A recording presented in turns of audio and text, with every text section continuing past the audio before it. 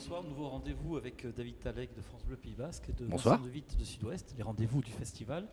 10 films en compétition, 10 films hors compétition. Nous avons l'honneur on a pu voir en exclusivité tout à l'heure le film Les Rois de la Piste de Thierry Cliffat. Thierry Cliffat qui est venu il y a 2 ans à Saint-Jean-de-Luz et qui faisait partie membre du jury. Thierry, on est content de te retrouver ici à Saint-Jean-de-Luz avec ce long métrage. Je suis très content d'être là. Non, je suis très content d'être là. Oui, j'étais président, j'ai retiré ma couronne et, et j'ai fait ce film. Mais on est président à vie à Saint-Jean-de-Luz. Oui. Alors le pitch, Rachel, interprétée par Fanny Ardant, a élevé ses fils, Sam et Jérémy, et son petit-fils Nathan, dans le culte du cambriolage. Et puis un jour, lors d'un cambriolage, une toile est volée. Et ensuite, il y a plein de péripéties. C'est un rendez-vous comme ça, c'est une sorte de bande avec un très beau casting. Oui, ça je ne peux pas vous contredire sur le casting. C'est des acteurs que j'aime beaucoup. Puis c'est des acteurs qu'on n'a pas l'habitude de voir dans ce genre de rôle. Donc c'est ça qui m'amuse. Et puis de mêler des familles d'acteurs, des acteurs très connus, des acteurs moins connus. Mais c'est vrai que ce qui était intéressant, c'était pour jouer cette famille de bras cassés et ces 2 détectives qui sont à leur poursuite, c'était de prendre des gens comme Mathieu Kassovitz, Fanny Ardant, Nicolas Duvauchel ou Laetitia Doche, des gens qui n'ont pas nécessairement l'habitude de ce ton-là. Et d'ailleurs, je pense que c'est vraiment ce qui les a décidés à accepter le film et à me suivre dans cette histoire. Ils sont vraiment beaucoup amusés. On a beaucoup travaillé, c'était très sérieux comme tournage, évidemment, mais on s'est quand même pas mal amusé avec chacun des personnages. On sent l'esprit de bande. Oui. Oui, très vite, mais bon, ça c'est quelque chose qui se décide pas avant. C'est-à-dire qu'avant on peut avoir l'idée comme ça d'une famille idéale, mais c'est vrai que très vite ils se sont bien entendus, ils étaient là entre les prises, ils riaient, ils se disputaient, pas dans le bon sens du terme. C'était très joli. Je sais qu'on dit ça quasiment sur tous les films, mais là je pense qu'il y a quelque chose qui se sent à l'écran, qui émane de cet esprit-là. Et moi, je voulais faire un film. De toute façon, je voulais faire un film joyeux. Je voulais faire un film heureux. Je trouvais qu'on sortait d'une période un peu grise, quand même. Et ça m'a fait du bien de l'écrire. Ça m'a fait du bien de le tourner. Ça m'a fait du bien de le monter. Et j'espère que ça va faire du bien maintenant aux gens de le voir. Mais oui, j'avais envie de faire un film qui soit un peu comme une bulle de champagne, un film qui rende les gens heureux. Première question, vous nous le disiez tout à l'heure, Laetitia Doche, c'est une rencontre ici au Festival du film de Saint-Jean-de-Luz.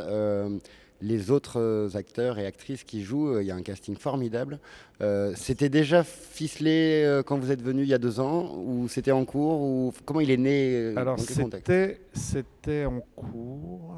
C'était en cours, mais non, c'était pas encore bouclé parce que le scénario n'était pas bouclé. J'essaie en tout cas, je sais que le personnage, notamment le personnage de Laetitia, n'était pas encore totalement abouti. C'est-à-dire que j'avais une version, mais je pense qu'il n'était pas encore abouti. Mais il a été fait autour de ces personnages parce que ce sont des grands acteurs et actrices, ou Non, c'était- non, j'ai vraiment, pour le coup, non, j'ai écrit le scénario, mais très vite, en fait, une fois que c'était fini, j'ai pensé à Fanny, que je retrouve, j'avais fait 3 pièces de théâtre avec elle, bon, Nicolas fait quand même partie et à Mathieu, mais c'est justement parce que c'était des choix pas évidents que ça me plaisait et que les gens étaient surpris, notamment par rapport au personnage de Nicolas, dont j'aimerais qu'on ne révèle pas trop de choses, mais les gens étaient assez surpris quand je dis voilà, je pense à Nicolas pour ce rôle ou à Mathieu dans ce rôle-là, et c'est vrai que oui, cette espèce d'effet de surprise,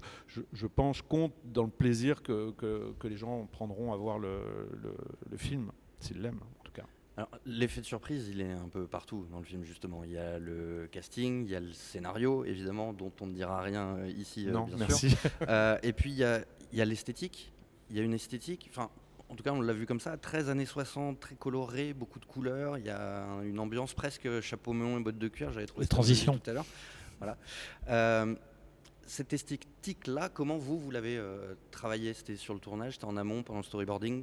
Oh, bah, c'est toujours quand même en amont, il y a toujours ça, c'est des choses qui se décident avant, tout côté artistique comme ça du film. Moi, je travaille beaucoup en amont. Là, on pensait beaucoup, ça me plaît bien hein, les références dont vous parlez, mais on pensait beaucoup, notamment aussi avec Alex Baupin, au film de Rapneau, au film de Broca, à ces comédies-là, à cet esprit-là, à quelque chose qui est assez rapide, qui est assez vif et qui en même temps qu'on a essayé assez drôle, mais qui est aussi mélancolique et voilà. Mais toute la direction artistique, j'ai beaucoup travaillé, oui, avec mes décorateurs, avec mes costumiers, évidemment mon chef opérateur, mais moi, je suis pas du tout dans un courant naturaliste. J'aime le romanesque. Ça ne veut pas dire que je n'aime pas des films comme ceux des frères Dardenne que j'adore, mais c'est pas quelque chose que je saurais faire. Et c'est vrai que j'aime, oui, le romanesque. J'aime que ça soit un peu, voilà, que ça fasse rêver, que les acteurs et les actrices soient beaux, que ça soit beau, voilà, que ça soit beau, pas beau bêtement et beau pour que ça soit beau, mais en tout cas, ça fait partie de la magie de l'histoire, et là, plus particulièrement encore. Parce que si je vous parle d'esthétique, c'est parce que ça me donne l'impression, en tout cas, vous me dites si je me trompe, que ça rend le film intemporel. En gros, que ce film pourrait se situer dans n'importe quelle époque et que l'histoire passerait quand même crème, quoi. Tant mieux, tant mieux. Moi, c'est un très beau compliment pour moi parce que j'aime. Je suis pas très fan des choses qui sont dans l'air du temps. Moi, j'aime bien justement cette notion d'intemporalité qu'ont la plupart des films que j'aime le plus aujourd'hui encore. J'aime bien que... En fait, parce qu'il y a quelque chose d'assez universel dans ce que ça raconte. Ça parle de transmission, ça parle d'une famille, ça parle de liberté, ça parle aussi de trouver sa place au sein de cette famille, ça parle aussi d'une forme d'acceptation de soi et d'acceptation de soi au regard des autres. Donc ça, c'est des thèmes qui finalement sont à peu près les mêmes, seront les mêmes, je pense, dans 10 ans, dans 15 ans, dans 20 ans, comme ils l'étaient il y a 10, 20, 30 ans. C'est-à-dire que ce sont des choses, même évidemment que la société évolue, évidemment que la société bouge, tant mieux. Et je ne suis pas du tout, même si je suis très cinéphile, à dire c'était mieux avant. Au contraire, je pense que voilà, moi, je suis dans mon époque et je suis très bien dans mon époque. Et je continue à voir 4 à 5 films par semaine. Et j'ai pas l'impression de voir moins de bons films aujourd'hui que je pouvais en voir il y a 20 ans ou 30 ans. Donc voilà, mais c'est vrai en tout cas, que ça traite de thématiques un peu comme ça, intemporelles, ça me va très bien. Et ce choix de mettre quasiment 1 heure de musique, Alex nous disait que c'était quasiment 1 heure au total. Ça, c'est pareil, c'est une inspiration qui vous. C'est quoi l'importance pour vous de la musique dans votre cinéma? De toute façon, là, je suis un fou de musique de film. J'en écoute beaucoup tout le temps.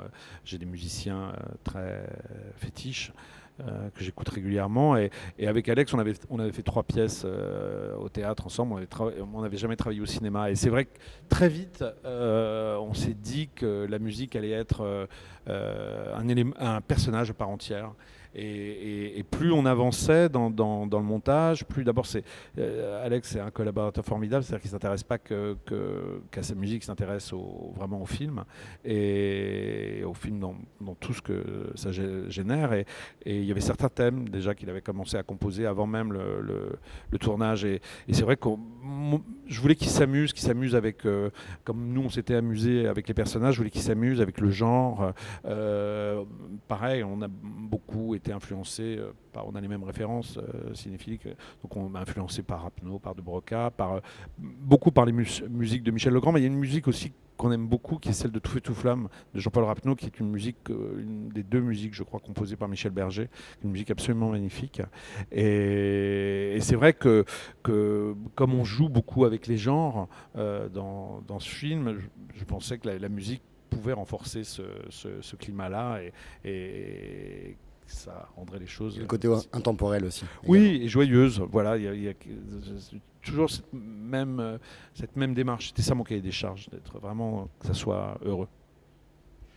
Une question au niveau de la direction des acteurs, parce que c'est un aspect essentiel dans le métier de réalisateur. Et je me demandais, avec un casting comme celui-là, jusqu'à quel point on dirige ces acteurs-là, qui ont quand même une carrière, on va pas revenir sur la carrière de Fanny Ardant ou de Mathieu Kassovitz, mais jusqu'à quel point on les cadre.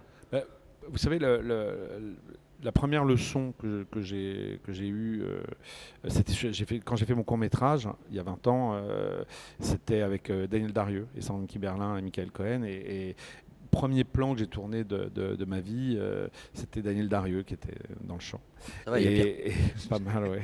Et donc, c'était évidemment, elle était évidemment formidable. Et donc, entre le moment où je suis allé de la caméra jusqu'au moment où je suis allé lui parler, je ne savais pas trop ce que j'allais lui dire. Je lui ai dit, Daniel, c'est formidable. Et elle m'a regardé, elle a levé la tête, comme ça, elle a levé les yeux. Et elle m'a dit, ah, ça ne va pas commencer comme ça. Moi, je suis là pour qu'on me dirige, je suis là pour m'amuser. Donc, en fait, elle m'a vraiment rendu un grand service ce jour-là, parce que depuis, j'ai croisé quand même beaucoup d'acteurs dans tous les films que j'ai pu faire ou au théâtre. Et en fait, je me suis aperçu à chaque fois que ils sont comme une page blanche, et qu'ils ont envie d'avoir un partenaire. Alors, je ne sais pas si je les dirige, si je les dirige pas. Je ne sais pas si le mot diriger est le bon mot, mais en tout cas, on allait dans la même direction. Et c'est vrai que oui, c'était agréable. Mathieu, par exemple, c'est quelqu'un qui a absolument pas peur du ridicule. C'est quelqu'un qui s'amusait beaucoup avec ce personnage. On pensait beaucoup aux films des années 50 américains, à Gary Grant, par exemple, qui avait jamais peur du ridicule, ou dans L'Impossible Monsieur Bébé qui se balade en pyjama. Enfin, des choses comme ça. Et Fanny, pareil, cette espèce de... Je dis, c'est une sorte de Madalton. Donc, en fait, c'est une question d'équilibre et de nuances. Pour trouver Michel Villermoz, qui a amené énormément de choses, un personnage qui était plus secondaire à l'écriture et qui est devenu vraiment un des personnages clés du film, comme Laetitia. On a trouvé ensemble, en fait, je pense que la direction d'acteur, je ne sais pas trop si c'est le terme, en tout cas, jouer avec eux, s'amuser avec eux, en fait, je vois qu'ils ont le trac, en fait, le premier jour de tournage. Ils ont le trac, ou alors ça veut dire qu'ils ne s'intéressent pas au film. Et donc, voilà, on doit trouver quelque chose ensemble. Et ce qui est intéressant, c'est